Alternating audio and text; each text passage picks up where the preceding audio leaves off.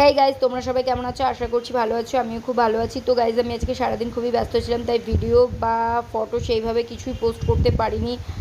তো আমি এখন যাচ্ছি গণেশ আনতে। আমাদের এই ফ্ল্যাটের মধ্যেই এক দাদা আছে, তার বাড়িতে বড় করে গণেশ পুজো হয়, তো সেখানেই যাচ্ছি গণেশ আনতে। তাই ভাবলাম গণেশ আনতে গিয়ে কতটা এনজয় করছি আর কী কী করছি সেটাই তোমাদের সাথে শেয়ার করি। তো চলো বেরোই আমরা গণেশ আনতে। তো গাইজ, আমরা বেরিয়ে পড়েছি।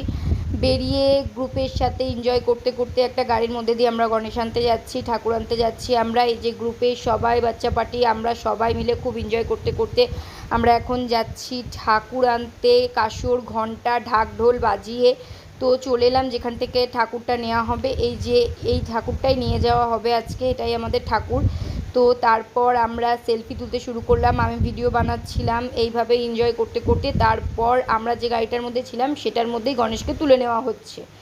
এই যে সবাই মিলে ধরে টরে তুলছে, কারণ মানে খুবই তো রিস্ক, বুঝতেই পারছো এইভাবে নিয়ে যাওয়া, কারণ রাস্তায় কত রিস্ক থাকে। তারপর ফাইনালি আমরা বাড়ি চলে এলাম। বাড়ি থেকে এখনও গণেশকে নামানো হয়নি। তো দেখো লাইটটা পড়েই কত ভালো লাগছে দেখতে। তারপর গণেশ চলে এলো নিজের বাড়িতে। এখন বৌদি করছে বরণ। কালকে পুজো, তবুও যেহেতু বাড়িতে এখন এলো তাই একটুখানি বরণ টরণ করে নিচ্ছে। আরতিও হবে এখন, এক এক করে সবাই বরণ করছে। আশা করছি তোমাদের ভিডিওটা ভালো লাগবে, আর ঠাকুরের কাছে কামনা করছি গণেশ যেন তোমাদের সবাইকে ভালো রাখে। আর এই যে জেঠিমাও এখন বরণ করে নিচ্ছে। তারপর গান্নুর এই যে আরতি হচ্ছে, একটু আরতিও করে নিচ্ছে। তো কালকে অবশ্যই আমি পুজোর ভিডিওটা দেব। তো এখন তো গান্নু চলে এলো গান্নুর বাড়িতে, আর আমি যাচ্ছি এখন আমার বাড়িতে। আমি আমার ভিডিওটা আজকে এখানেই শেষ করছি।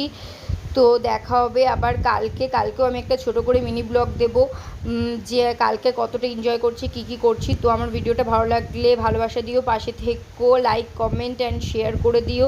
আর যারা আমার এই ভিডিওটা ইউটিউবে দেখবে তারা প্লিজ আমার চ্যানেলটাকে সাবস্ক্রাইব করে নিও। তো দেখা হবে কালকে আরেকটা মিনি ব্লগে। টাটা, ভালো থেকো।